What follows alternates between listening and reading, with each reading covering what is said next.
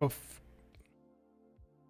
before I even start like actually discussing anything, what I need to do, I want to make sure this is even functioning correctly. So let me make sure, is the stream working now? Is it working? Yay or nay? Can you hear my voice? Is everything functioning correctly? Before I dive into anything, I want to make sure that this stream is functioning correctly. If you can hear me, say something.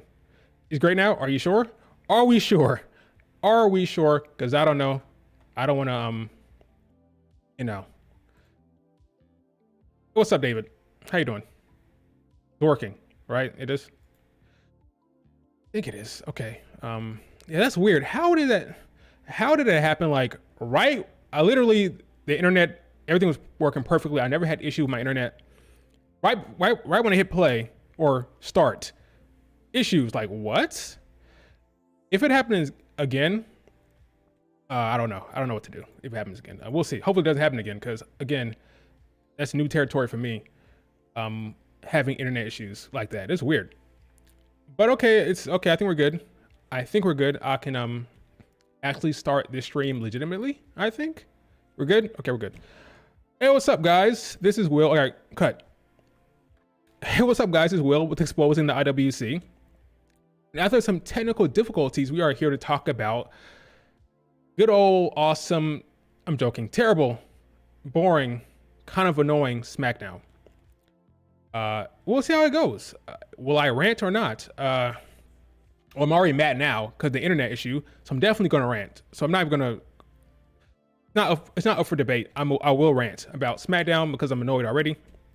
But before we dive into good old SmackDown, I'm going to take a detour and talk a little bit about NXT, talk about something good first, like a good product, and then I'll dive into the bad creative that is SmackDown. If you're watching this on replay, do me a favor, like the video, subscribe to the channel, leave a comment about SmackDown or your thoughts on anything that I may have touched on in this video. If you're in the chat, what's up? Sorry for the technical difficulties. Hopefully nothing happens again. That was freaking frustrating and random and weird as hell. All right, so before we dive into good old SmackDown and the 2-hour extravaganza that we got television. Oh, what's up, folks? What's up, David? What's up, VA? What's up, WWE King Rock? What's up, NIY? Vermeyer in here as well. What's up? Let's dive into something good like NXT. So, well, before we dive into NXT, let's talk about some new potential signings for WWE, which is Motor City Machine Guns. Now, if you're not familiar with this tag team, that's okay. They are very, very well thought of in the wrestling community. They had a long run. They're mostly known for their TNA run, but they've worked in Ring of Honor. They worked in New Japan. They even had a pay-per-view match at AEW. They've been all around, all over the indie scenes, very popular. In their early 40s, been around the block, well respected, and some feel that they're still one of the best, if not the best tag team in the world. Well, according to some of the reporters out there, like Dave and Sean Rossap, is apparently he's leaning towards going to WWE, or they are. It's a team, two people. They're leaning toward going to WWE, which will be a huge get for the company. So this is huge for them because the WWE, the tag team division needs a little bit of a boost, whether that's NXT or the main roster, needs some type of energy there. And these two are still very good, even though they're older, they can still go. And so that's just something to think about. News out there about this tag team, Motor City Machine Guns. A lot of excitement about them going. Now, there's some people who are disappointed. They say, oh, well, it's probably a better fit for AEW, so why are they going to WWE? Well, I would say this. Look at the champions in WWE right now. Who are the champions? DIY,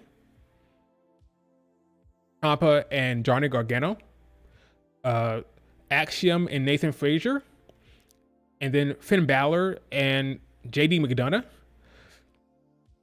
If you're familiar with their style, and like their influence in the wrestling community, if you're aware of that, they fall right in line with that. They're not taking on Kane and Undertaker here, okay? These tag teams are right in line with their style, and it kind of fit in well with the tag team scene, especially with DIY. And even with Axiom and Nathan Frazier, this is a perfect time for them to head in here. Vince McMahon era, no. But Triple H era, yeah, that tag team would fit in well. Would they probably maybe have a better run in AEW in terms of matchups? Maybe, potentially, because they're familiar with that. In my mind, AEW is a very high budget indie. And these guys are very much indie guys in a way, even though they had a huge run in TNA, right? They have that flavor, you know what I'm talking about, that indie flavor, you know. So that fits in with AEW, the high budget, the high budget indie show that is AEW. But if they're going to dive into WWE, they've been everywhere. They had an AEW match, TNA, New Japan, Ring of Honor. If you're going to do it, now's the time. With the current landscape, with the current champions, with Triple H at the helm, now is the time to do it. Apparently, according to reports, we don't know for sure, but according to what we're hearing, they are going to dive into WWE World. And that'll be interesting to see how they get on with the WWE. Now, there's some people talking about, so let me just make sure I say this. It's not official. What I'm saying is not official. It's believed they're going to head to the WWE. I bring that up because some people are talking about potentially them going to NXT first. And with that came in this conversation about, oh, they're too good for NXT. And that kind of sparked my mind because we're hearing the same thing about Julia and about Stephanie Vaquer. Oh, don't go to NXT. I'm gonna be mad if they go there. Or if they do go there, I hope it's for a short stint, maybe 6 months to a year, then they're out of there because they gotta get out of NXT because they're too good for that brand. I wanted to talk about that specifically when it comes to NXT and that narrative that some talent is too good for NXT. I made a tweet yesterday about this. NXT, I believe, is heading down the route of a third brand. Why? Why do I say that? Well, first of all, the CW deal. That is a $100 million deal, I believe. It's a 5-year deal. Sources close to the deal peg the value of the deal about $25 a year. $25 million a year.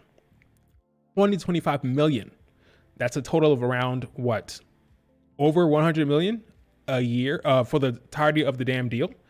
That didn't scream to me developmental brand. Oh, the kiddies are training to, that doesn't scream to me that. When you're selling your brand to a buyer or for a distributor like CW, you don't tell them, oh, this is where the kids go to train and develop. No, you're not selling it like that.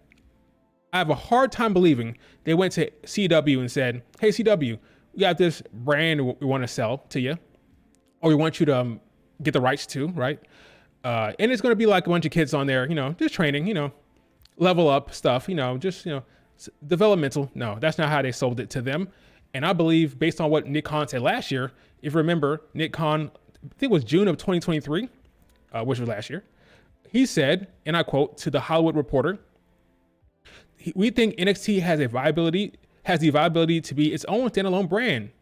Its own standalone brand instead of just a developmental system. A third brand, if you will. So he's literally saying a third brand. He's literally talking about it being standalone. And he says that it's a place where we're going to have crossover from SmackDown and Raw. And still develop talent. That's what he said. And still develop talent. So, if you're going to push NXT as a third brand, according to Nick Khan, and the evidence speaks to that, considering what they're doing, bringing in TNA talent, trying to hype up Joe Hendry. If they were just interested in a developmental system and like showing off the kids, they would not be bothering to bring in Joe Hendry, who is not doing anything for developmental. He's there to bring ratings. He's hot. We're gonna bring him in. The fans want to see him. It has nothing to do with developmental at all. Him beating freaking what's his face in the damn main event? I can't remember who he pinned. Sean Spears. That's not developmental. Bringing in Ethan Page. That's not developmental. They are trying to create a brand here that is standalone that folks will flock to beyond developmental. Julia, Stephanie Vaquer, potentially bringing in Motor City Machine Guns. this is going to be a viable third brand that's legitimate, that they're going to push as so. So it's not so much, oh, this is where the got to get out of there, get out of NXT. Don't send them to NXT because, you know, the kids are going to be down there. No, it's going to be a legitimate third brand, I feel, based on what Nick Khan said, based on the fact that they bought it for over $100 million, which is what, 20 to 25 million a year. Based on that, it screams to me that they want to elevate that brand, bring ratings. So I think having veterans on the show who can go, who are established, is not a bad thing, and it's not going to hurt their credibility or their standing in the wrestling world. Okay, you can send talented wrestlers like Julia, like Stephanie Foucault. You can send them down there, and they will help to elevate the brand. And as long as they're treating it like a third brand, I don't see the problem. Hell, NXT, we'll talk about it here in a second. NXT is more freaking entertaining than SmackDown. So I just wanted to address that issue. Folks seem to be concerned about talent going to NXT. I think though the days have changed. Now some may say, well, at one point they wanted to be a third brand, then they said it wasn't a third brand, but now it's going to be a third brand again. That's kind of confusing. Well, I would say Vince is gone. This is a new era, TKO era. You got Triple H at the helm. Shawn Michaels is here. It's a new day. Nick Khan pulling the strings. It's a new day for NXT. So the third brand situation is different than it was before. I do believe, based on what I'm seeing here, based on the TV deal, based on the talent they're signing and sending to NXT, based on it being on CW, and based on I think even the CW folks said they wanted to grow the audience. They want to grow the audience of NXT. That screams to me third brand more than just developmental. So I don't think folks need to be worried about talent going to NXT as long as the matches are good, as long as the product is good. And a lot of the time, honestly, you're better off. I said it all the time. I'm like a broken record. You're better off in NXT sometimes than being on the main roster, depending on the situation, depending on who you are, right? If you're Roxanne Perez, you're better off than Candice LeRae, all right? You're probably better off than Michin. You're probably better off than maybe Zoe Stark. I don't know. But like I said, being at the top of NXT is better than being at the mid card or low mid card on main roster. Look at Kiana James. No one knows what she's doing. All right. So that's all I want to say. NXT, viable brand, third brand is coming, especially with CW. So stop shitting on that brand, especially considering the TNA talent coming in, what they're doing, the excitement. It's something to watch and be excited about. So stop poo-pooing it when you hear that talent might be going down there or down there. Going to NXT is not a problem. That's all I'm saying. What's up, JB? NXT about to have Stephanie, Julia, and Delta. Yep. And Motor City. Yep. And Motor City. That's talent going down there to push a third brand, not to development, not to develop talent. All right. That's not what's happening with Ethan Page, with Joe Hendry. That's not what's happening. The Rascals. That's not what's happening. They're going to grow the brand and make it viable as a third brand, I believe, according to Nick Khan. So,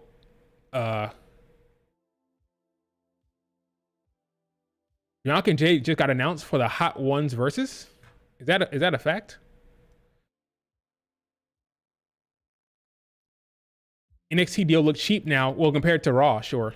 Let's see what else.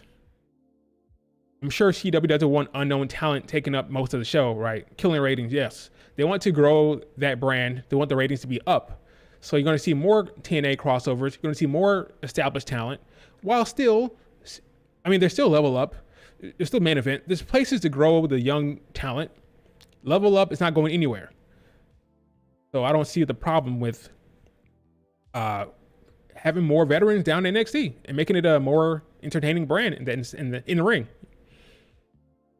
So yeah, new day, new era. This is not Vince McMahon. Okay, so there's nothing wrong with a third brand for NXT now.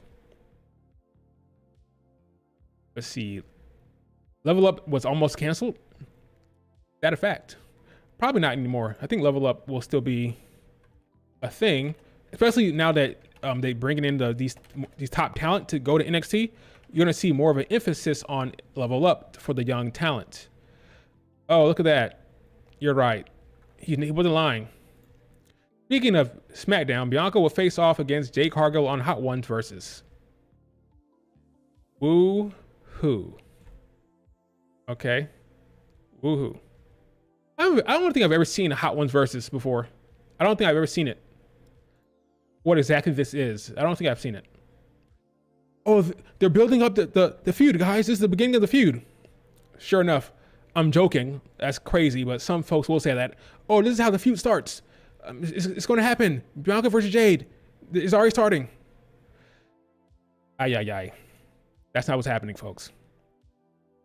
Well, I think, no, this is just, she is taller than her, but probably a situation with the heels. That's why it looks so different. But anyway, let's talk about what this video was supposed to be about, which is SmackDown now. Yeah, that's cool, I guess. Bianca versus Jade. Tied at the hip. Bianca and Jade. Can't get one without the other. You can't have one without the other. All right. SmackDown. SmackDown. First of all, let me hear your thoughts. What's your grade for SmackDown out of 10? 1 out of 10. What's your grade for what you saw last night? Assuming you saw SmackDown, what is your grade for SmackDown? That's what I want to know. SmackDown grades in the chat. Was it good? Did you like it? 4.5. I won't argue with you. 7, 5, 4, in all honesty. 5 out of 10. Oh boy. 6.5. I would say, no, in fact, I won't say what my grade is right now. 5 out of 10, so repetitive. Show sucks, dog. Yeah, I'm gonna save my rating to the end. All right, so folks seem to be lukewarm on SmackDown, which I'm not worried. I'm not like taken aback or surprised by that. It is what it is. So SmackDown started off with Cody Rhodes going to the damn ring. Talk about what happened previously on the last SmackDown. Now, Cody was the dumbass that came down to the ring last time to take on 4 dudes because, you know, he's the babyface. You got to stand up to the Bloodline by himself. Randy told his dumbass, hey, if you go down there, I know you don't want me out there, but I'm gonna come down there to help. That's the guy I am, so I'm going to come down there. Cody's like, okay, I'm going to set you up anyway. I'm going to go down there to face off against the Bloodline to be the big time babyface, the white meat babyface. And he did that, and he, of course, got jumped. So Randy went down there to save his ass, and then Randy got put through a table because of Cody's dumbass. And he said, no, take me. So he's here to explain his actions and his dumb decision making, I would hope. He comes down to the ring, and Cody is talking about what happened to Randy Orton, talking about the Bloodline. He wants to talk. We got a bunch of Randy chants. Randy, right? Great for Randy. And then 8-Town Down Under comes down. Right when he's about to dive into the Bloodline stuff, 8-Town Down Under comes down. And he blames him, by them, I mean, Austin Theory. He blames Cody Rhodes for being attacked by Jacob Fatu, which is some stupid heel shit because he was attacked before Cody went down there. So Jacob Fatu could have waited for y'all to clear the area, but he made a decision to attack you guys just because he wanted to attack you guys. That's why he attacked you. Had nothing to do with Cody Rhodes. Had absolutely nothing to do with Cody or whatever. Just a heel being a heel, saying stupid shit because he's mad at Cody Rhodes. And they want to come up with a reason for why this main event has to happen. The main event being Cody and blank against 8-Town Down Under. Whatever. Stupid booking, but whatever. Theory's upset for that reason. Doesn't make any sense, but okay, let's roll with it, right? I guess. So they get in the ring, and Cody, he's just fired up. He's fired up. So he attacks. He goes on the attack. He attacks Theory. He attacks Grayson Waller. Ultimately, because it's 2-on-1, of course, they get the better of him. And then he goes to the sidelines here of the barricade, and Terrence Crawford, the boxer, hands him a steel chair. So this we've seen before when they did it with Tyler Halliburton and Jalen Brunson. It was cute. Oh, it's cute. All right, it's cool. Getting them involved, fine. Got the hometown pop for New York. I believe it happened in Madison Square Garden. The crowd was chanting MVP to Brunson. Okay, that was cute. Fine. I accepted that. But this shit, I roll my eyes hard. Like, Terrence Crawford, sit your ass down. I don't want to see you handing him the damn chair. This is getting goofy now. Okay, it was cute before. Now this is getting goofy. Having these celebrities hand Cody Rhodes a chair or hand the babyface something to go take down the bad guys. Let's stop. This dial it back, SmackDown. It's happening on SmackDown. Let's dial it back, okay, creative team? No more celebrities handing weapons or jumping in the ring to help out the babyfaces. Just give it a rest, okay? Okay? So Terrence Crawford hands him the damn chair, and Cody gets to swinging and gets the advantage on A-Town Down Under, setting up the main event. Cody against A-Town Down Under in the main event. Woohoo, what a main event that is, right? Later on, Cody's walking around backstage looking for help.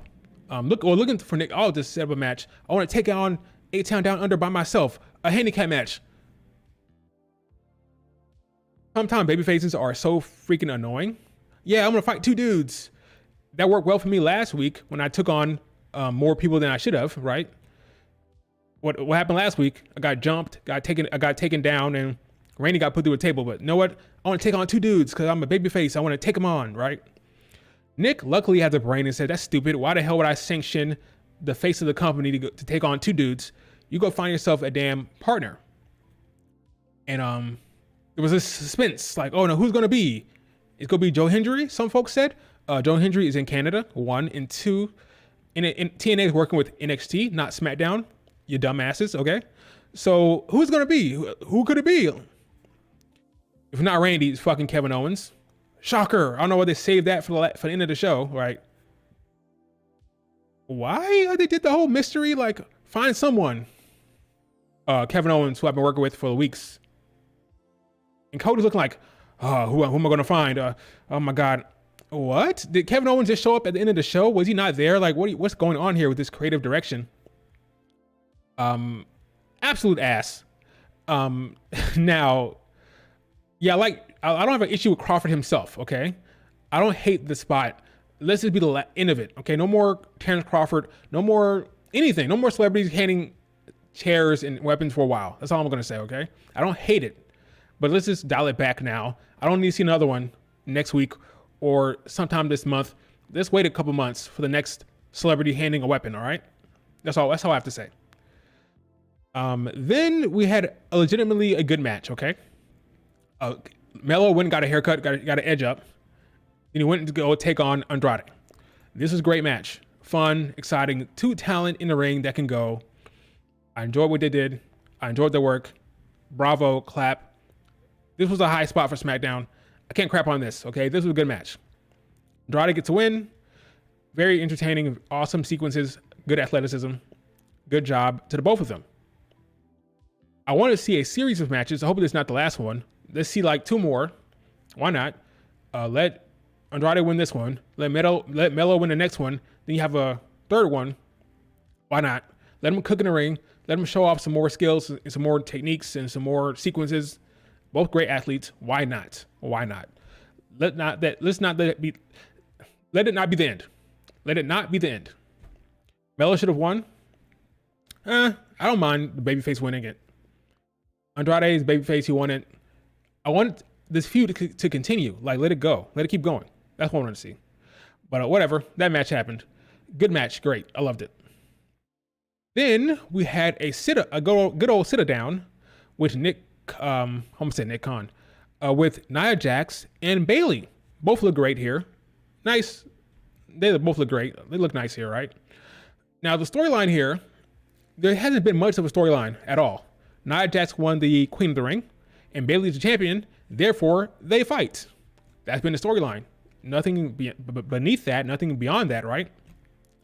Well, today they decided to add some heat to this damn feud. Bayley talked about what happened 4 years ago. She said, back in 2017, I was supposed to have a SummerSlam match and you took it away from me because you injured me, right? And then she said it changed the trajectory of her entire career. That injury that happened before SummerSlam. She wasn't able to make the match and it was all Nia Jax's fault. You could say, so you guys were wrestling and she injured you, big whoop, right? In kayfabe, big deal, right? Well, they decided to blur the lines. They decided to take it beyond kayfabe into reality, blurring the lines between reality and fiction, right? She says, well, you didn't injure me because you're bigger and stronger. You injured me because you're clumsy, you're reckless, and you're big. Okay. So we're going the route of, so this, I don't care what anybody says, Becky Lynch did address this in her feud with Nia Jax. There was a promo when she said, you used to injure people back in the day. She talked about it. It was a shot she took at Nia Jax. So we have talked about this before. This isn't something new. Now, in this case, it's specific to Bayley, so I'll let it slide. Okay. She's talking about a specific event where Bayley was injured because of her recklessness. Fine. But the blurring the lines here, did I hate this promo? No. It was fine. But you see that they don't really have anything present to talk about, that to make heat, nothing relevant to that's going on right now. So I have to manufacture this storyline that happened back in the day. Like, okay, you injured me back in the day. Now we're facing each other now. I'm gonna bring it up, and that'll be the heat for this feud. I'm mad that you took me out of my SummerSlam opportunity, and I'm gonna get payback for that. And you're not gonna be champion. Nia Jax just looks mad and she storms off, right?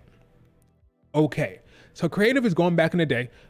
We're gonna see that later on with them blurring the lines. That's the direction for today, or last night it seems. We're gonna blur the lines between reality and fiction. We're gonna bring up real stuff, real talking points back in the day. I don't think this is the strongest storyline stuff. Like I'm not gonna be invested in the storyline comes to SummerSlam. Oh, I can't wait for the SummerSlam match. Nia Jax injured Bayley back in the day. Like that's not gonna work for me, really. I would prefer it be something more current, something with actual story that's happening present day beyond back in the day. You injured me back in 2017. Seems kind of like they had nothing to go with, so they went back to their history that happened 7 years ago. Okay, I just wished it was something more present, something a little bit more weighty than you injured me back in the day. Because they haven't talked about it since. This is the first time they brought it up. They've been in each other's faces for a while now. They're just now bringing up the fact that Nia Jax injured her back in 2017. Maybe they brought it up before, maybe. But now this is the driving point. This is a big story point for the feud. Whatever, right? No real substance. Yeah, right. No substance behind it. Nothing I really care about. It is what it is. Okay. I think creative is getting kind of lazy for SmackDown. Now, from what I hear, SmackDown and Raw is completely different. Completely different creative teams for SmackDown and Raw. Had this come up earlier, and then they got into tussles and they had confrontations, and then stuff happened after that, then fine. If this is like something you brought up before, but to bring it up this late in the game, what are we like 14 days off? I just think I just don't love it. It's fine. I just don't love it. They don't have history together. That's why they brought up 2017. They could make something present day. Like they can create a story now, right? Just because you don't have history doesn't mean you can't like manufacture a storyline now. This is fiction. You can make it up. Anything can happen. Anything can happen. It's fiction. It doesn't have to be something that happened back in the day. You can make a new storyline. Maybe Nia Jax says something about her. You can make it up. Like infinite of possibilities. Infinite. Possibilities are infinite because it's fiction. So they could have done anything to create a story here. For example, look on Raw. Perfect example. Raw. Damian Priest and Gunther. No real history, right? So what did they do? They made Gunther a damn, they brought in classism. It's like, I'm beneath you. You're beneath me. I'm above you because your family didn't provide for you. My family provided for me. it became a story. It became a story about economic class and social classes and how you're brought up and the wealth you had in your family and coming from the streets and coming from a privileged life.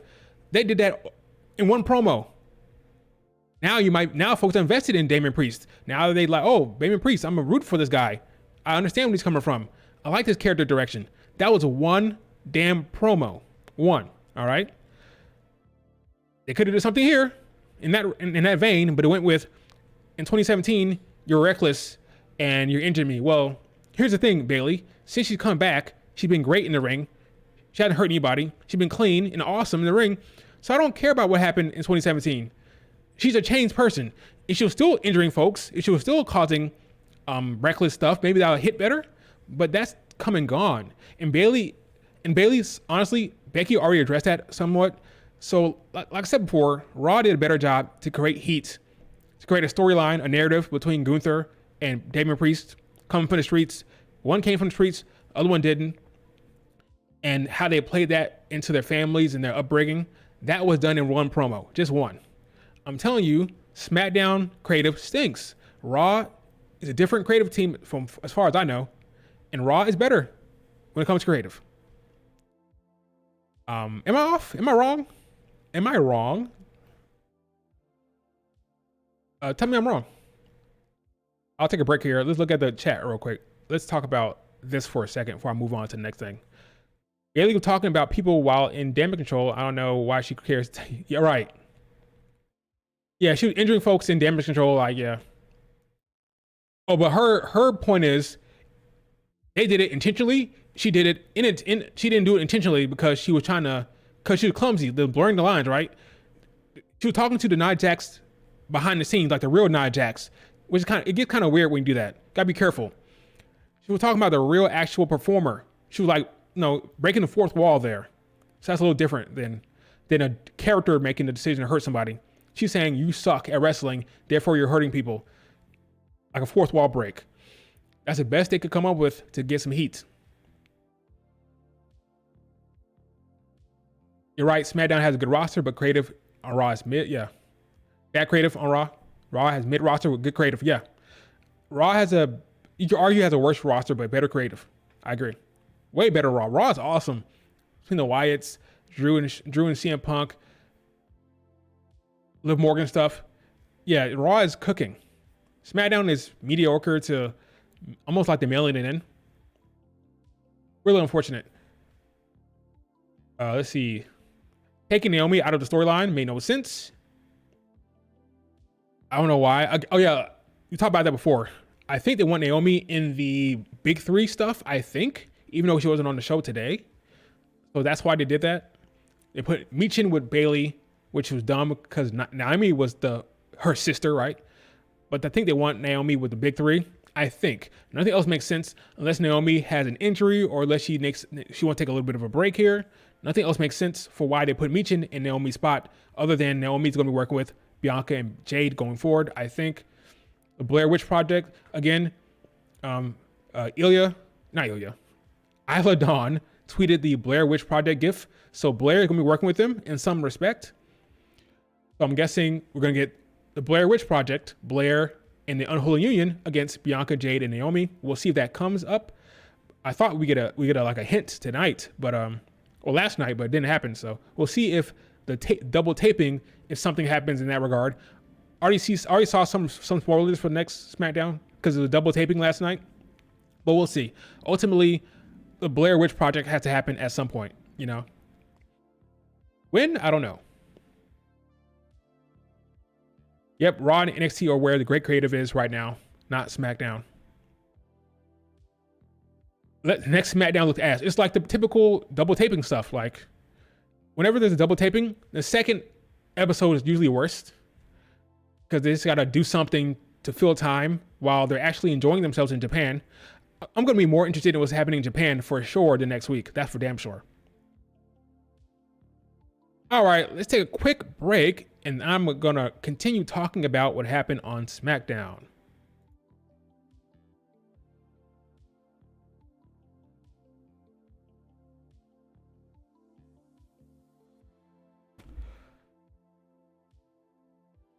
All right, break over. Let's move on to what happened next, which was what did happen next on SmackDown? Oh yeah, I'm glad I took a break. A break. I'm glad I took that break because yeah, we're gonna be talking about Bianca's match next. Yeah, okay. So earlier in the night, Bianca had a interaction with Chelsea Green. They both want to talk to Nick Aldis. Every goddamn week, they're backstage trying to talk to Nick. Every Friday. I'm gonna hold that curse word back there. Every freaking week, they're backstage trying to talk to Nick Aldis. They're walking around, looking all, strutting their stuff, color coordinated with Bianca and Jade, looking for damn Nick. Chelsea Green, Piper Niven, looking for Nick. Why?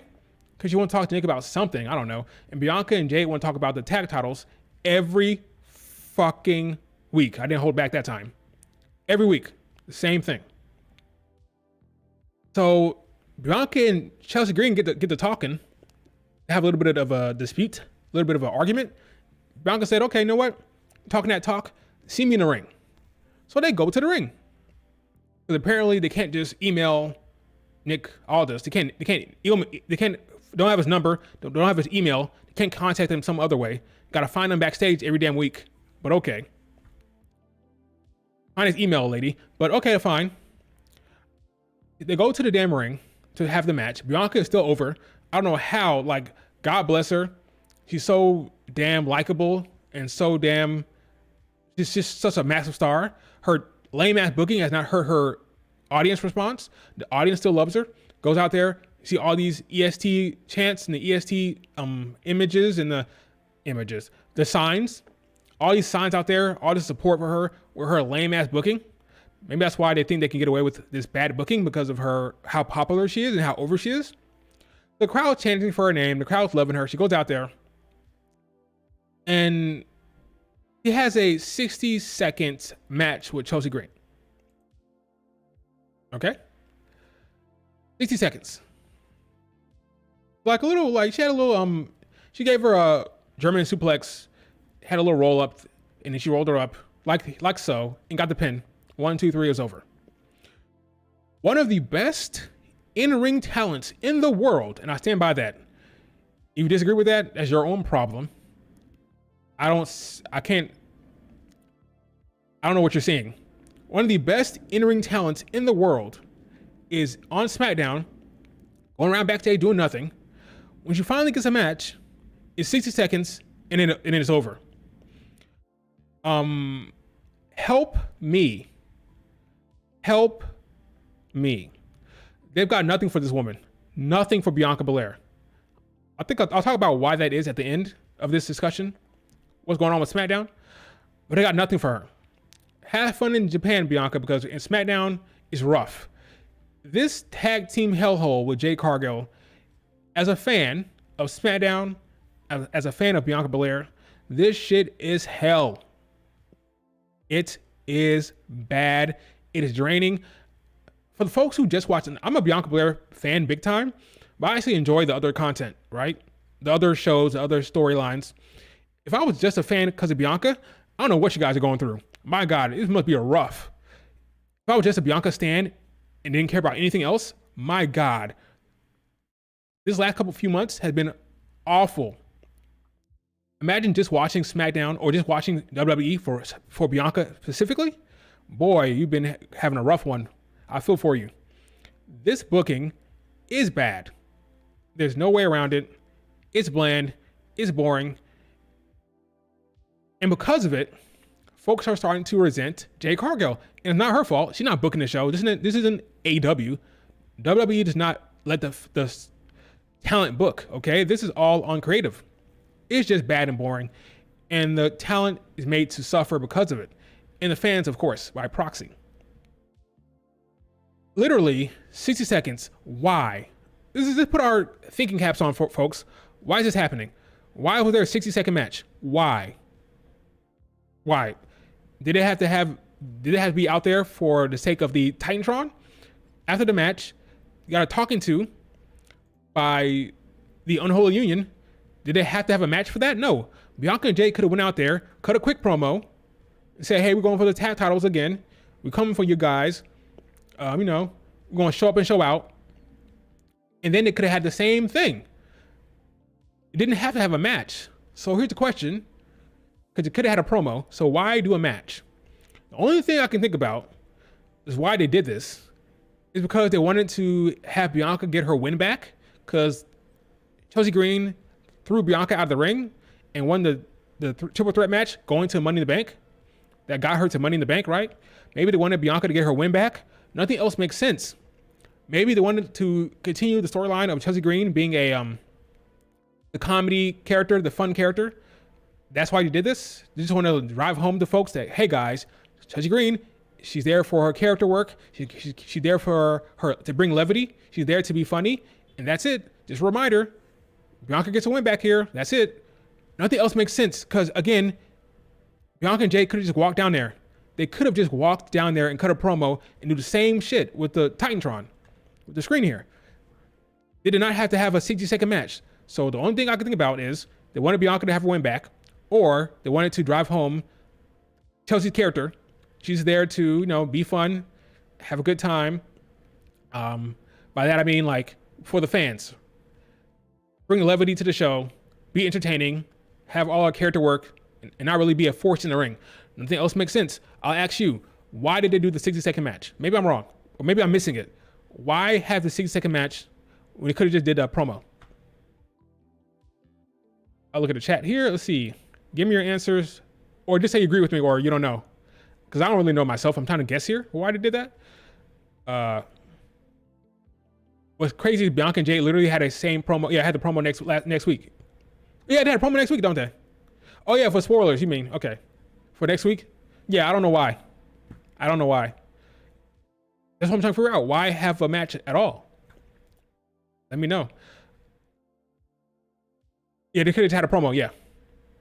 Agreed, Richard. So far, SmackDown creative team not so good for the last few weeks. Yep. Ron's NXT are better. I agree. Yeah, we're not supposed to know it's a double taping. That's correct.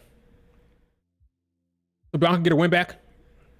I'm not saying that's the answer, but I'm trying to figure out what it is. Like, I'm trying to brainstorm here. I'm trying to use my brain.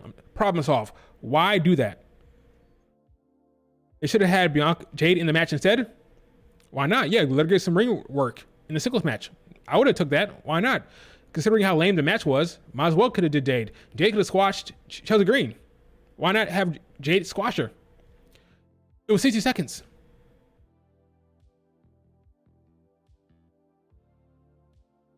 Because they don't have respect for the women's division or women's wrestling. Though I can't argue. I would say they do, but I can't argue it considering what just happened. I can't argue for the sake of it. Now, there was a women's match that happened later on that was good. We'll talk about that later on. But yeah, for this match alone, I can't argue that, unfortunately. WWE needs Chelsea Green to wrestle more than 5 to 8 minutes. That's plain and simple. I think they're stuck in the mud with Jade. After SummerSlam, the women's roster will be less on the priority. Yeah, we'll talk about that in a second, about the Bloodline effect soon. I don't know, guys. I don't know why they did that. It was unnecessary. Could have just had a in-ring promo.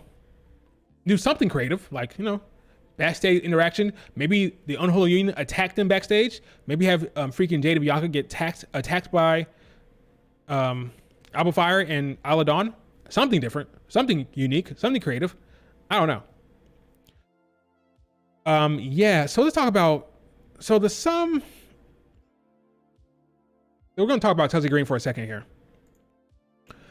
There are some people who are big Chelsea Green supporters that are upset about her losing this match in this manner, in this fashion, to Bianca Belair.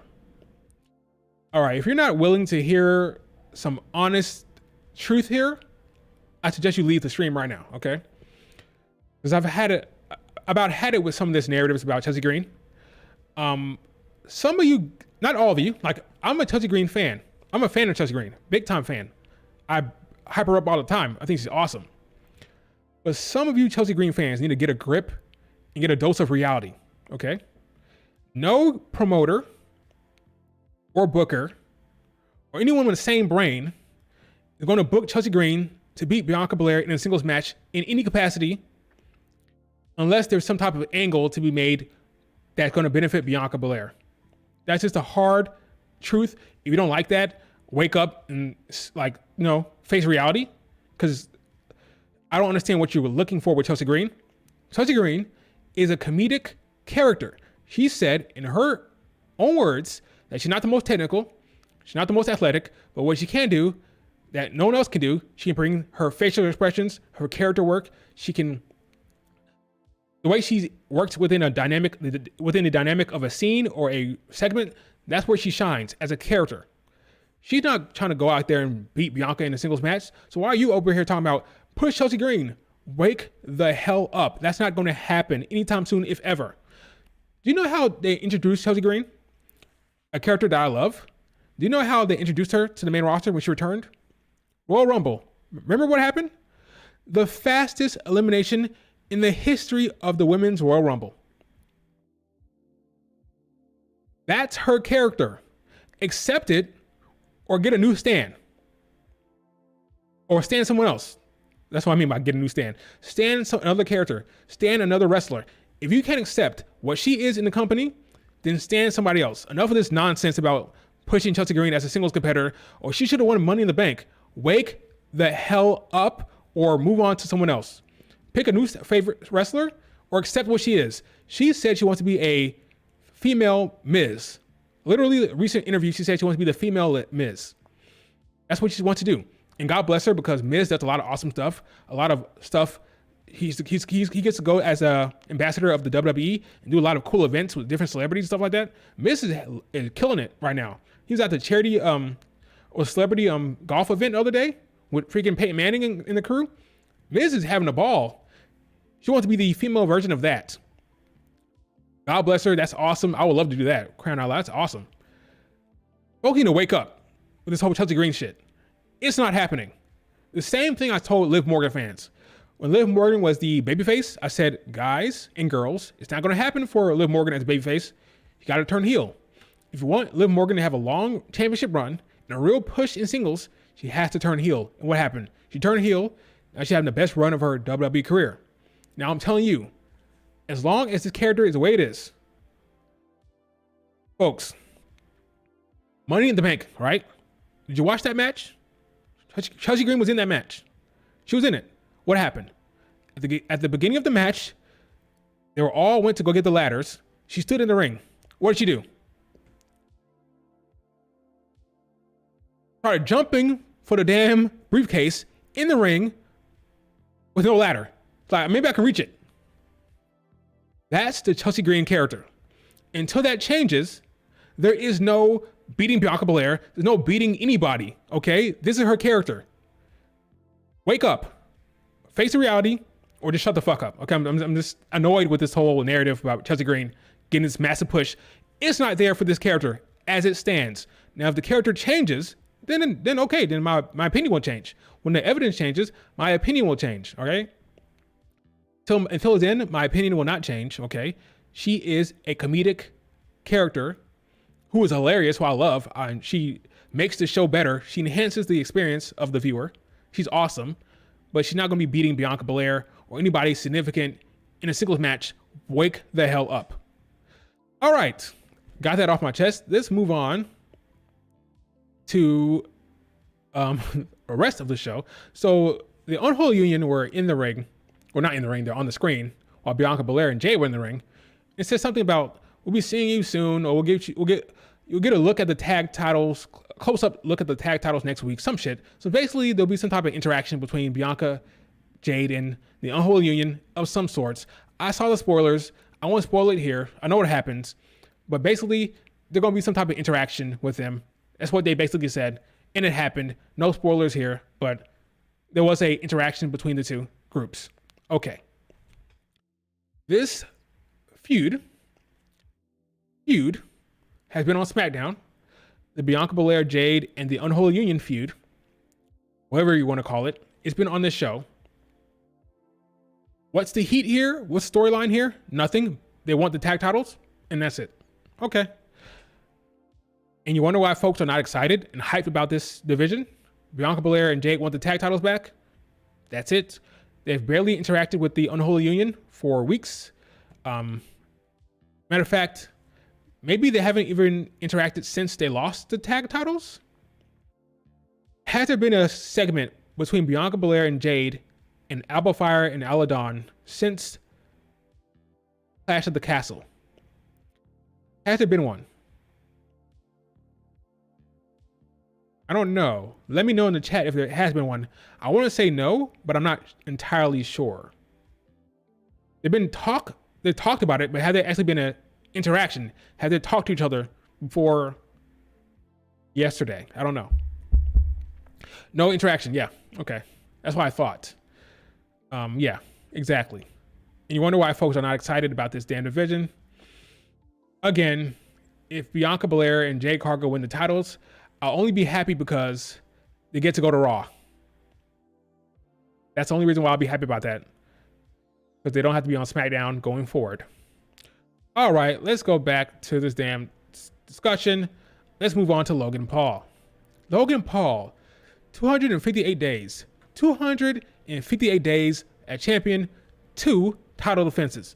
Now, I will say, as bad as this run has been, this promo segment was good for Logan Paul and for LA Knight. Logan Paul is a good, very good promo, very good heel promo. He calls LA Knight Hillbilly Aladdin, and he calls him like an extra of Sons of Anarchy, the Sons of Anarchy show, and he calls him Larry the Lobster. Funny stuff, good stuff from Logan Paul. Then he gets more personal, like I talked about before, blurring the lines again, like what happened with Bayley and Nia Jax. He blurs the lines. He calls him by his government name, which is Sean. Talks about his gimmick. Talks about how he presents himself. So really, like, breaking the fourth wall, like talking about his being a character in his LA Knight gimmick, calling him Sean, which I thought was interesting, but very similar to what happened with Nia Jackson, Bayley. So you see a pattern here. Creative decided, you know what? Let's cut it deep to the real LA Knight, the real character, the real people behind the character, you know? Let's blur the lines here. Let's blur the lines between fantasy and fiction here. I thought the promo worked fine. Am I more excited for the match? Sure. So I guess it worked fine. LA Knight didn't bring up any of Logan Paul's shit, like his crypto scam or anything like that. So I guess Logan Paul took the low road here, and LA Knight didn't. I don't know why LA Knight did not bring up the stuff that he knows about Logan Paul. It's out there. Maybe he can't. I don't know. But it was a solid segment for Logan Paul, a solid segment for LA Knight. I thought it worked well. This is one of the better things that happened between Carmelo Hayes and Andrade. In this promo, I thought worked fine. LA Knight got to drop that belt. Not LA Knight. Logan Paul got to drop it because Logan Paul is not defending that belt at all. So it's probably best to take it off him, but we'll see what happens. LA Knight also says that his family doesn't have any balls. The balls don't run in the family. So talking about Jake Paul and Logan Paul, brings up Mike Tyson fighting Jake Paul and all that stuff. Solid segment. I'm not complaining about it. It did what it had to do. It did create more heat, and it didn't feel so manufactured like the Nia Jax Bayley one, at least, you know? It was fine. Sean Ricker, yep. Sean. Sean, come on, man. That was well done from Logan Paul. Yeah, there's another go-home show for sure. I'm in Cleveland. So there's one more SmackDown, but then again, should you really be waiting till the last SmackDown, literally the day before, to bring heat? I don't think so, but this was a solid segment. I'm not complaining about it. Then we had a big time, Tiffy time video package. It was so well done. It was so well put together. I'm convinced that she's probably going to win the title. I don't think we're going to get a failed cash in, folks. I think she's going to win it. I'm going to say LA Knight. I think Tiffany Stratton is going to be champion at some point within the next 6 to 7 months. That video package was great. Well done. Really made her look like a big deal and a big star. So good for Tiffany. Then we got the match between Michin and Tiffany. And before the interference, Tiffany Stratton hits his big time, ridiculous Alabama slam on the outside. It looked vicious. It looked crazy. It looked insane. I was like, oh my God, is Michin all right? Is she safe? It was a crazy, crazy spot. She did it with such velocity. I don't know how her head didn't hit the back of the damn. I don't know how the back of her head did not hit the ground, but apparently she's fine. But wow, it looked amazing. If it wasn't a bad spot, if it was like a decent spot, like if it wasn't like unsafe, then it looked amazing. As long as if it looks unsafe, but it is safe, that's great. If it looks unsafe, but it is safe, that is awesome. But that looked rough. But Michin looked fine. Man, that Alabama slam was crazy. Then we get a distraction from Nia Jax. But then Bayley shows up and attacks Nia. Throws her over the damn banister. Or the barricade, not the banister, the barricade. She gets the Money in the Bank briefcase and starts destroying it. And Tiffany is beside herself. She can't believe what's happening in front of her eyes. And that lets Michin get the drop on her. Michin rolls her up and gets the win. So got a big win for Michin. She won on NXT and she won on SmackDown. Big time win for Michin. I loved it for her.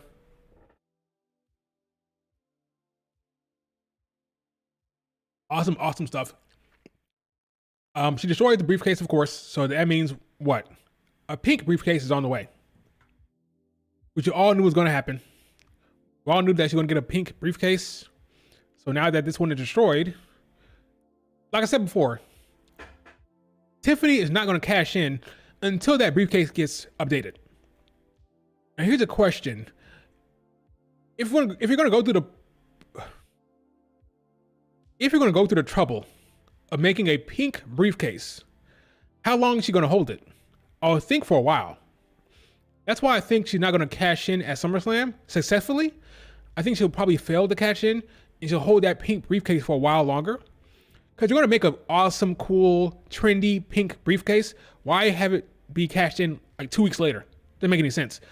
We're not going to see it until maybe even the day before the big event. Because remember, according to reports or spoilers, she has the same briefcase next week on a tape show, but it's like destroyed. So when Tiffany put up that video or that picture online with her destroyed briefcase, that's what she has on the tape show, which makes sense. So next week, so in kayfabe it's next week, but it's only been like the same night, last night. She's gonna have this taped up version of the briefcase. So that means we will not see the pink version until potentially the day before SummerSlam. Is that correct? I think that's right. Because we just had SmackDown this week, or yesterday, right? The next one, the tape show is the 26th. And yep, we have one SmackDown to see the pink one. I don't think she's going to have a pink one and then cash in the next day. I think she's going to hold that pink one for a while. So my storytelling, practical brain is telling me if she's going to have a pink briefcase for longer than a day, she's going to fail to cash in. By that I mean she's not going to cash in. She'll fail the attempt. She'll fail the attempt to cash in, and then she'll hold it for longer. Does that make sense? If you're going to go through the trouble of creating the pink briefcase, she has to hold it for a while, right? Does that make sense? Would it be kind of silly to have it for like a day? Because again, the tape show, she has this version of the briefcase, this broken down, taped up version.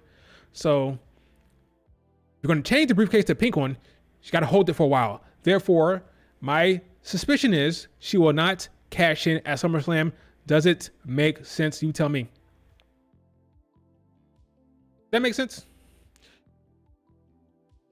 Isn't it too early for her to be champion? Well, that depends. Is she going to hold the briefcase for 6 months, 7 months? Is she going to cash in next year? Maybe it won't be too long by then. Will it be too early right now? I would say probably yes. But if she cashes in next year for Money in the Bank, then it will probably be long enough. They love her. The fans love her. She's over internationally.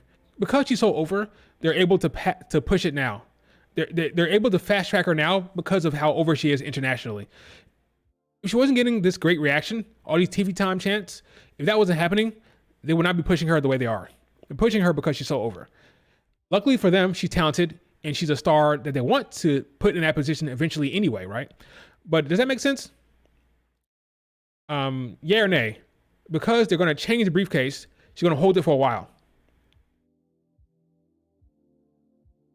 Like, just yes or no on that. Does that make any sense? Is that logical? Yeah, yes, Bayley's walking out as champion. Yes, Soccer TV, thank you.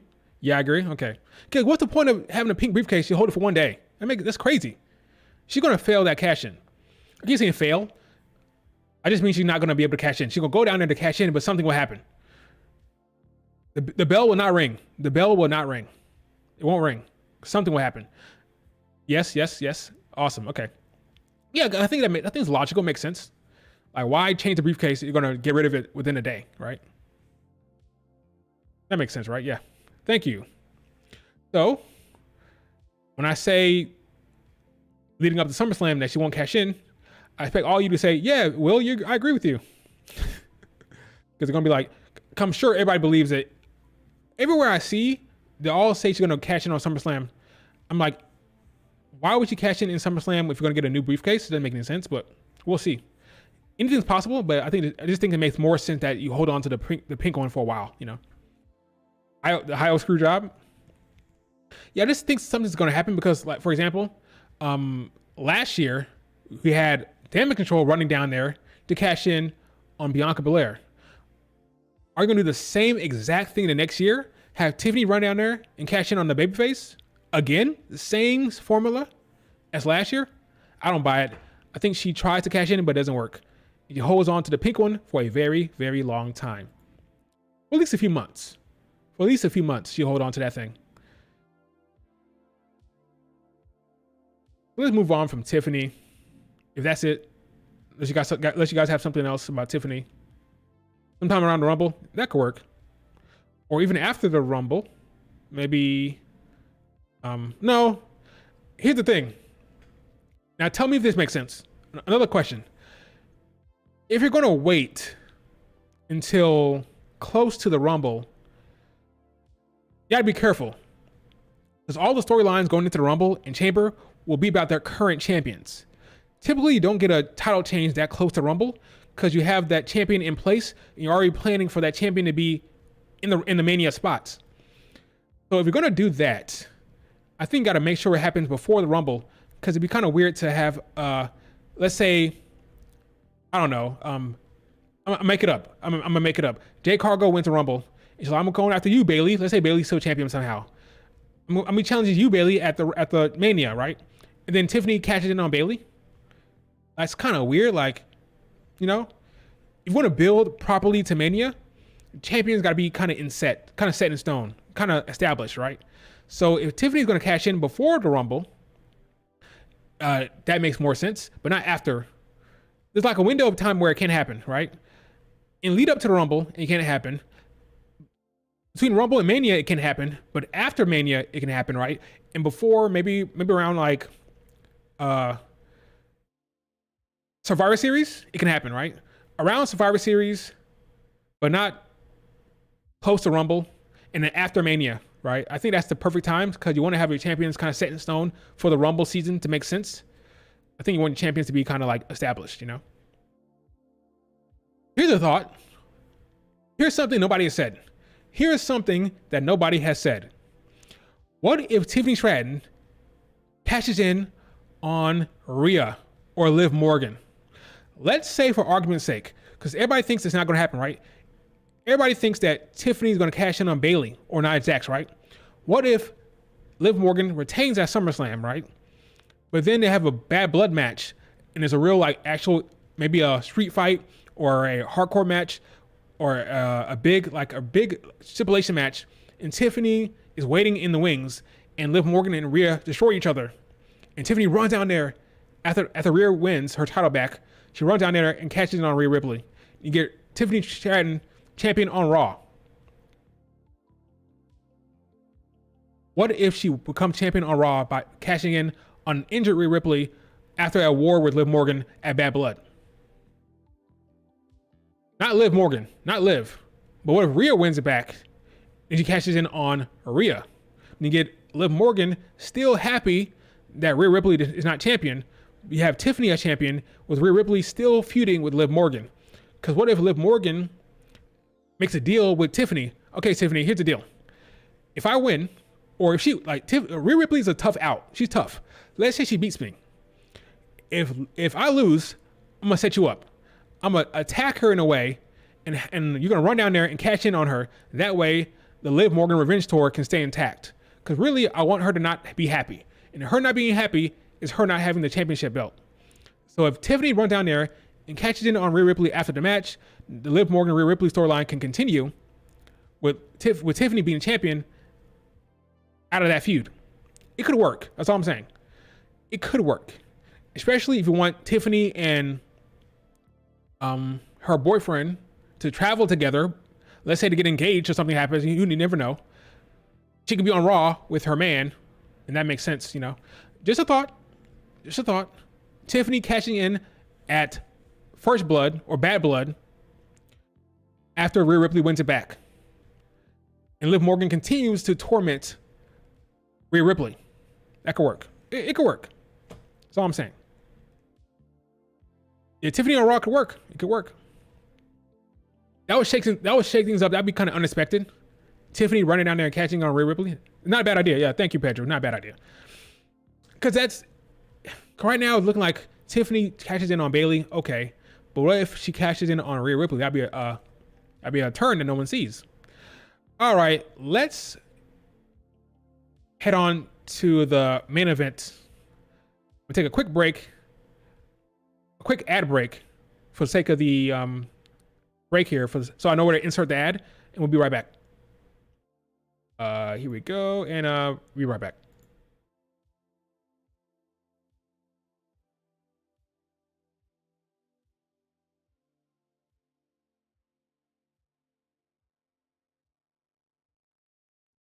All right, we're back. Let's talk about the damn main event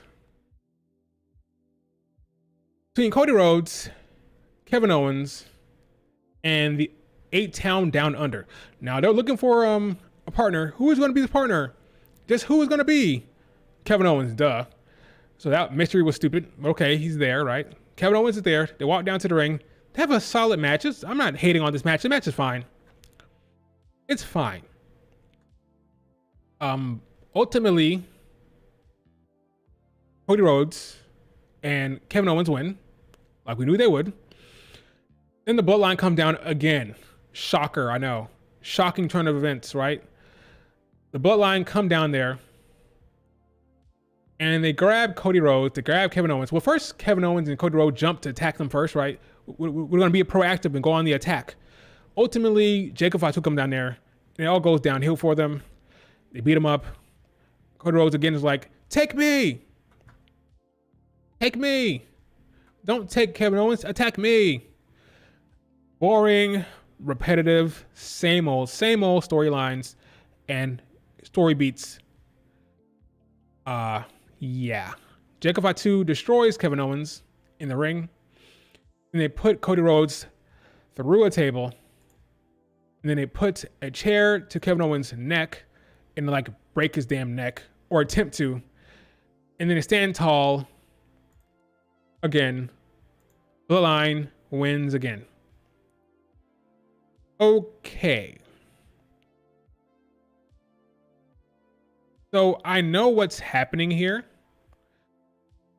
Doesn't mean I have to like it. Again, that's a theme of these last couple streams.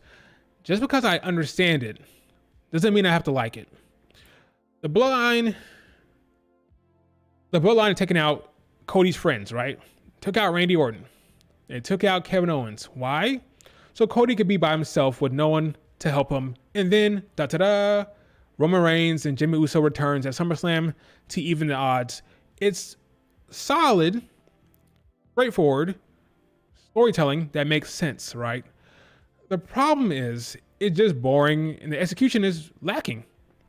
Do something interesting. Change it up, for the love of God. Have a backstage attack, for crying out loud. Hell, AW had freaking they put freaking Samoa Joe on a damn lift and put him through a damn wall. Do something interesting. But they're doing this whole ringside takeouts back and back. It's not compelling. It's not interesting. It's getting boring and repetitive. And quite frankly, I'm sick of it. All right. Do something else. Stop boring the audience. It's all repetitive. It's all bland and boring. Same ending over and over again. I mean, table spot again. Holding Cody. No, take me. No, don't attack Kevin Owens. No, take me instead. The same shit over and over again. Cody, you should know what's going to happen by now. You should know. Stop being a dumbass babyface. Oh, I'm sorry. Maybe Sami Zayn can come as well. Okay, sure. I don't care. I will care when that happens. Like, I'm invested in Roman Reigns coming back. Don't get me wrong. But the lead up, the execution, the filler stuff is just boring. Like, I get it. You want Cody Rhodes to be by himself. I get it. Do something interesting. Change it up. Make it creative. Use your damn brain. Stop doing the same shit over and over again. Like, geez Louise, I can't take it. Am I off? Am I wrong with my criticism? Take me. Yeah, like, do something else. Like, am I wrong? Was it satisfying to you? I want to know. Because to me, Cody Rhodes screaming, take me, and beating up my friends over and over again, it's not doing it for me. It's not doing it. No, it's repetitive. Yeah, it's the same shit over and over again. I'm not excited about SmackDown. And I can imagine what's going to happen when Roman Reigns returns. Like, I get it. He's going to get like 40-minute blocks. The Bloodline will be the A storyline. It'll be the A, the B, and the C. It'll be all the storylines, and the Bloodline will be. Well, I'm hoping that, much as it pains me, I'm hoping that Bianca and Jade will be champions, because then they could be on Raw, away from the madness of SmackDown. If you're not going to break them up, if you're not going to break up Bianca and Jade, and they must be a tag team, then put the tag titles on them so they can go on Raw, for the love of God. Because SmackDown, there won't be any time for anybody with the Bloodline, with LA Knight, with potentially Kevin Owens, or Cody Rhodes storyline potentially. There's gonna be no time for any women tag match of that sort. So just put Bianca and Jade on Raw with the tag titles, please. More time, more tag teams over there. Hell, the Unholy Union, they're over there. Damage Control's over there. Shayna and freaking Zoe Stark is over there. The Party Birds are over there. Let them win the tag titles. Send them to Raw. Hey, maybe we'll have a damn face-off between Bianca and Rhea Ripley. It won't lead to anything. It won't matter at all. But maybe we'll have a face-off with Bianca and Rhea, which will have the fans getting excited. Even though that match is not happening anytime soon. Bianca Rhea is not happening anytime soon. But hey, have a face-off. Tease us. Do some ball teasing in that regard, do something. Get them on Raw. I've accepted it. I've accepted my fate. Bianca, Jade, tag champions on Raw, away from the SmackDown nonsense. Because again, when Roman Reigns and Paul Heyman and Jimmy Uso return at SummerSlam, it is over like a rover for that damn show in terms of time allocation. It's all going to Roman and the crew. And some would argue, rightfully so, maybe rightfully so. So yeah, Bayley. I'm sorry, I don't know what they're gonna do with Bayley. Assuming she retains. Now they could do Nia Jax. Here's the thing: if Bianca and Jay do win the tag titles back, then you may have Nia Jax, Tiffany as a tag team. Then you put Bianca and Jade over there for that tag team. That's interesting. Maybe Bayley will be the one. Maybe she'll be the odd woman out. Maybe Bianca, Jade, and Nia Jax, Tiffany will have more going for them. And Bayley will be on the outs. I don't know. Yeah, it's looking dire, man. SmackDown. What the hell, SmackDown? It's rough. It's not good. It's depressing. But hell, I mean, at least we have Raw and NXT. At least we have Raw and NXT. Charlotte should be back soon. That's another thing. Yes, Charlotte will change some stuff.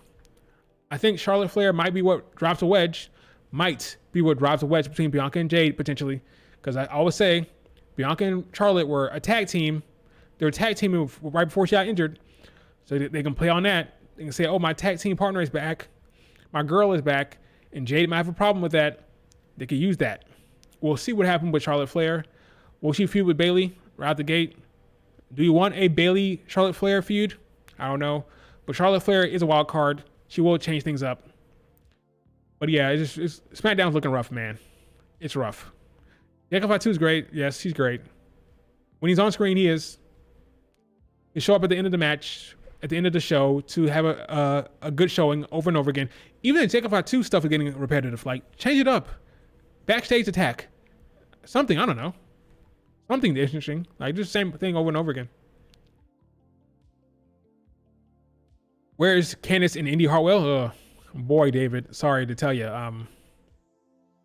Nobody knows. SmackDown is where tag teams go to die. If you're a woman. Yeah, it's rough.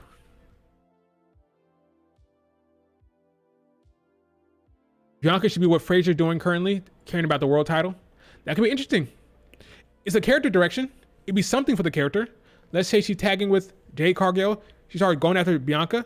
Bianca going after Bianca. She started going after Bayley, and Jade gets upset. That could work. That's a story. Again, this is fiction. You can make it up. It's infinite possibilities. It's all fiction. You can have a storyline where Bianca is tagging with Jade, goes after the top title with Bayley. Jade gets jealous. Jade gets mad. Start the feud. Unfortunately, folks, here's the thing. Jade Bianca is not happening. They can like lay the foundation, plant the seeds, but the actual feud is not happening anytime soon. It's Triple H we're talking about, okay? The king of the delay, the king of long-term storytelling, okay? Bianca, Jade, not happening this year at all. Bianca is Jade's endgame for her entire career, potentially.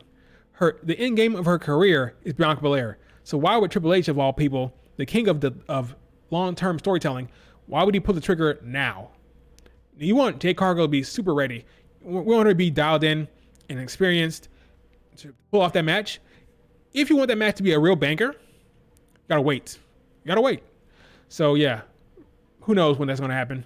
So Bianca and Jade, they may not be feuding anytime soon, which means they may be a tag team for a while longer. Maybe, dare I say the Rumble season? Ugh. Because it's possible. Bianca Jade tag team all the way to Rumble. It's possible.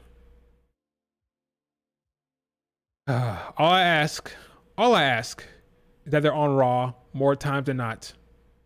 Because SmackDown is rough.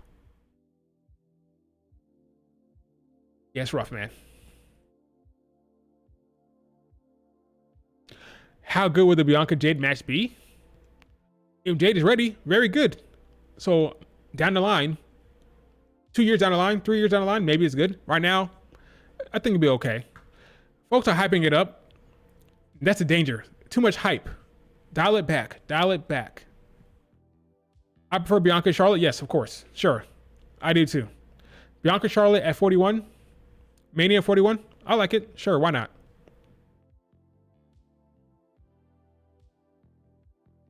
Yeah. That's true. Tiffany Charlotte is a Mania match now. Charlotte might be Tiffany's in game. They might hold off on that. Because Tiffany not grew up, but she was inspired by Charlotte Flair. So that's her in game. So maybe they might hold off on that match until Tiffany is really established. Who knows? Like I said, championship matches are typically what the women get in the singles division on Mania. So 2 title defenses at Mania. They've never done a non-title singles match in the modern era. So if it happens, it'll be the first time. Now, I do believe we're going to get it for the first time. We're going to get Bianca Charlotte non-title. It would have been the first time ever, but Charlotte got injured, so it never happened. They then pivoted to Tiffany. Then they pivoted again to the big 3 against Damage Control. Could have wanted Jade Cargill on the damn show. Always comes back to Jade. It always comes back to Jade, doesn't it? Sorry, Jade. Sorry. Just the truth. Yeah, there's no way. She'll be on the card. She's going to be on the card. Even if they have to force it. Even if they have to do like a weird big three shit again, she'll be on the Mania card. So no worries there. Ay. Smackdown, man. It's rough. I do not look forward to it every time. I do not look forward to it. I dread it. I dread SmackDown these days, unfortunately. What's happening on Twitter before I wrap up the stream? What's happening? Let's see. SummerSlam giveaway. Okay. The hot ones. We talked about that already. Good for Jay Cargill and Bianca, I guess. They're joined at the hip. They're joined at the hip. What else we got?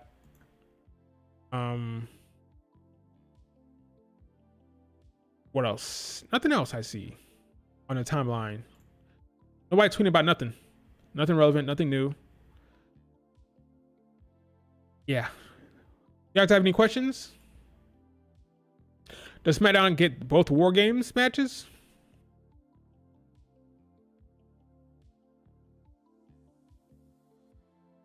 I thought about this already. I think the women from SmackDown will get War Games because you don't want to do Damage Control again. So you'll have like the Bianca, Bayley, Jay Cargill thing.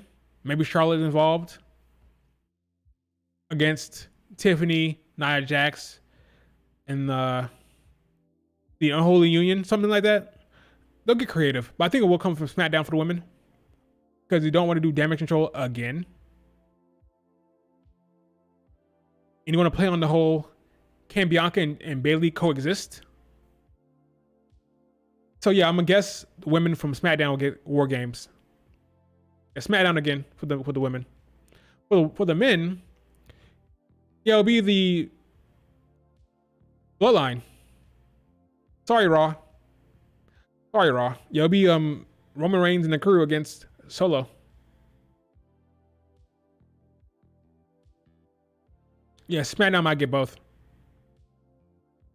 For argument's sake, what would be the Raw for women? What would be the Raw War Game for the women? Liv Morgan, Rhea? And Liv Morgan will recruit who?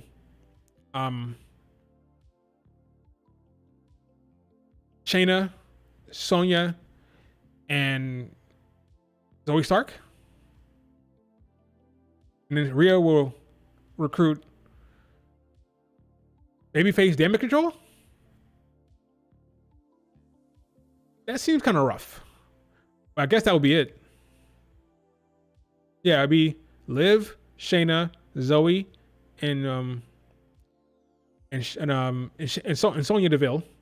And then Raw for Rhea would be Rhea, maybe Lyra Valkyria, and then maybe some version of Damage Control. I don't know.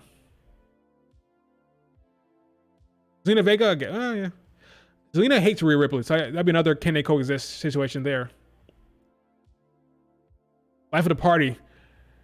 Would Life of the Party get into War Games? I'd be happy for them. That'd be awesome for them. But do you see Life of the Party in War Games match? I would champion it. Great for them. But would Triple H book it? Would he actually book that? Kaden and Katana Chance in War Games. That'd be cool. That'd be cool. Does that have the star power though? I feel like last year had a lot of star power with Becky, Charlotte, Bianca. Is Rhea, Lyra, and Kaden Carter and Katana Chance enough of star power? Was Liv and Shayna, Zoe and Sonya Deville? SmackDown with Jade. If you imagine Bianca, Jade, Bayley, Charlotte, star power. Tiffany, who's being elevated, Nia Jax. Probably SmackDown, right? It'd probably be SmackDown. Maybe Chelsea Green, maybe Piper Niven for the heel side, right? Maybe Blair Davenport gets in there. Yeah, I'm thinking SmackDown. Yeah. Piper, Nia, Chelsea Green, and Tiffany. It's Bianca, Jade, Bayley, Charlotte. Star power. And Tiffany and Nia, well, Piper Niven, I would say Piper Niven, maybe Chelsea Green for the comedic element in there, or you put in maybe the Unholy Union do get in there. It's a 4-on-4. You do Unholy Union and Tiffany and Nia, maybe. But yeah, I think SmackDown is the way to go. More options for SmackDown, especially if Rhea Ripley and Liv Morgan are getting a bad blood match at the pay-per-view. Do they really need a War Games match? I think that's kind of doubling up. Like, that's twofold. Bad blood and War Games? Nah. Bad blood goes to Rhea and Liv Morgan, and then you do the War Games for SmackDown. That makes sense, right? Yeah, I called it. I decided. It's decided. Liv Morgan, Rhea Ripley, bad blood. SmackDown gets War Games. There you go. We figured it out, folks. What else we got? We wrap this stream up.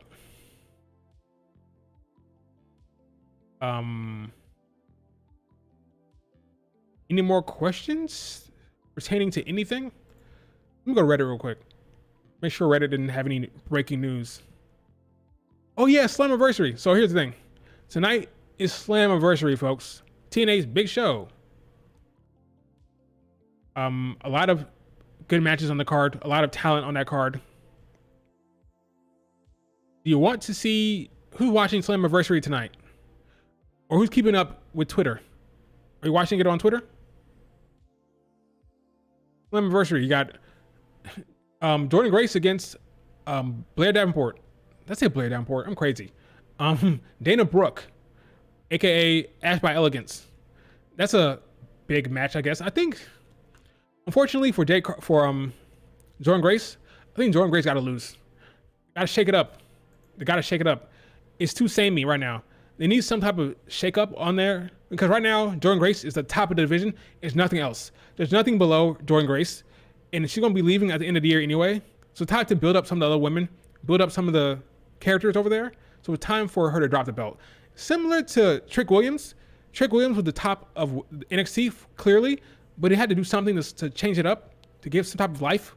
So they brought in Ethan Page. I think Jordan Grace should lose tonight. She should lose. Build up Dana Brooke, aka Ash by Elegance. Build her up. Build up some new women. That way you're not like just left on the island when, because Jordan Grace is gonna leave. She's gonna leave, right? Jordan Grace is going to WWE at the end of the year. It's happening. Sayonara, wake up. If you don't think it's gonna happen, it's gonna happen. She's going to WWE.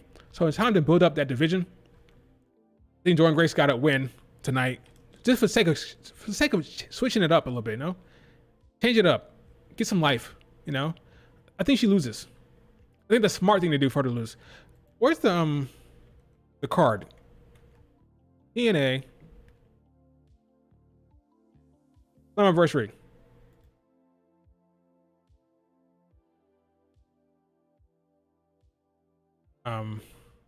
Here's the card here.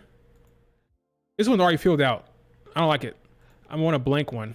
Where's a blank card for a Slammiversary? This works. All right.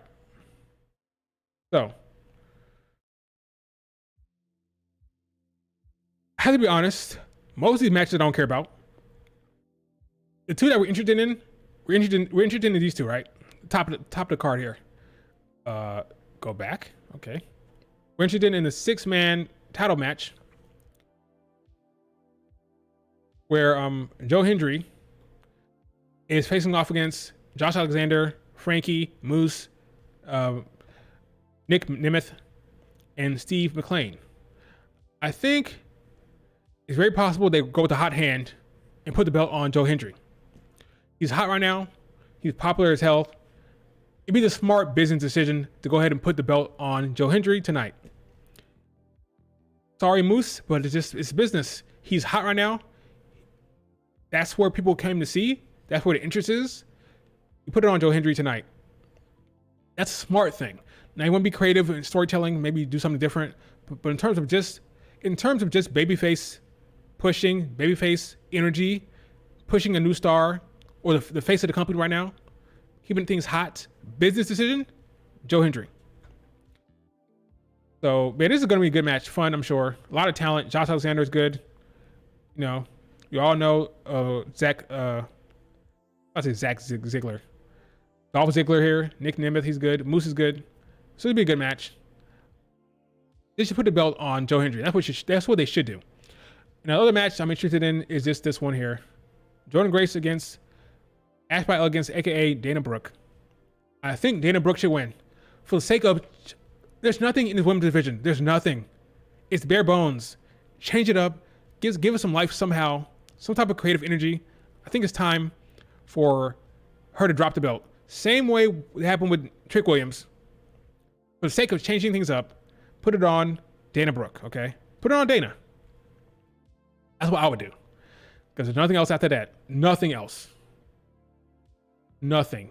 You have to remember, when she leaves, she's going to be gone, okay? Duh. When she leaves, she's going to be gone. Common sense, right? She's going to be gone. What are you going to do? Build up somebody. Give some else some life, some push here. Like, do something here. Because she's going to be gone at the end of the year. She's going to WWE. Spoiler alert. She's going to WWE. Do something. Here's another match here. I don't know who's going to win this. Mustafa against Mike Bailey. Maybe Mustafa. I don't know. Here's the WWE influence here. The Rascals with Wesley against the No Quarter Crash Crew. I think the Rascals should win this. Sorry, NXT. But you're getting win here. You're getting win here with the Wesley anyway, right? So NXT wins no matter what. But I think the Rascals should beat No Quarter Crash. That's hard to say. No Quarter Catch Crew. No Quarter Catch Crew should lose to the Rascals. There's your NXT influence there. Wesley and No Quarter Catch Crew. And everything else I don't really care about. Tag titles, I don't care. AJ Francis against freaking the Zombie. I don't care. Keep it on AJ Francis, for crying out loud. Why not? Everything else I don't care about. Matt Hardy, don't care. Don't really care. Everything else is on the countdown. So the women's matches. I would wish that there were more women on the actual main card, because they have 2 women's matches on the countdown. This is very AEW style here. Very AEW. To have 3 0-hour or 3 pre-show matches, and 2 of them are women. Very AEW coded, okay? I don't like that. There's only 1 women's match on the entire main card. Only 1. So there's, let's see, 1, 2, 3, 4, 5, 6, 7, 8 matches on the main card. 1 is women's match. That is a mistake. I don't like it. I don't like that. They can have one of these matches on the main card and put another one on the pre-show, but whatever. Very AEW coded. I think it's possible if Jordynne Grace wins. If she does win, I can see Natalya coming out at the end of the match to confront Jordynne Grace if she wins. Natalya's from Canada. She's been wanting to wrestle Jordynne Grace, so I can see that. If Jordynne Grace wins, look for a WWE talent to come up, maybe a Natalya to show up, maybe. But I wouldn't do that. I would have Dana Brooke, aka Ash by Elegance, win. That's what I would do. Naomi won at last year's Slammiversary. Yeah, change of title makes sense, okay? This is a big show. Yeah, Ali's on TNA. You know that? You didn't know that? Yeah, Ali. He's been on... Mustafa's been on TNA for the whole entire time. The whole entire time he's been there. Yep, Ali. Champion. But yeah, it should be a fun show. I'll probably check it out.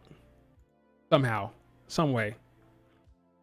By some metric, I'll watch it. But it should be fun. All right, guys. That is it for the stream. Remember to like the video. Subscribe. Leave a comment if you're watching this on replay. Thank you, everybody, for joining the stream. It was fun. Smackdown is rough. As you can see, I'm not the only one who feels that way. Looking at Twitter, see where it says, Smackdown reactions among fans. Mixed reaction among fans, right? Not the only one. I'm not the only one. Last night, Smackdown was meh. Yeah, it was. Smackdown's not been hitting for me. Yep, it's not been hitting. It's not been hitting, folks. What else we got? Look at this rating for Smackdown. Probably should show this earlier. I've only seen clips, but I'm afraid to start SmackDown. I should show this. So everybody agrees SmackDown is kind of rough. Well, not everybody, but a lot of people are saying that SmackDown was rough last night. As you can see, SmackDown, same shit, different week. Not crazy, folks. What a mess. I have to say, Dynamite was better than SmackDown. Folks say I'm biased toward WWE. They say I'm biased. I'm here shitting on SmackDown the entire damn time, and I'm saying that Dynamite was better than SmackDown because it was. Yep, SmackDown was rough, folks. It was rough. Do better, Triple H. Do better. All right, folks, that's it for the stream. Thank you guys for showing up. Like the video, subscribe. I'll see you on Twitter. Later. Peace.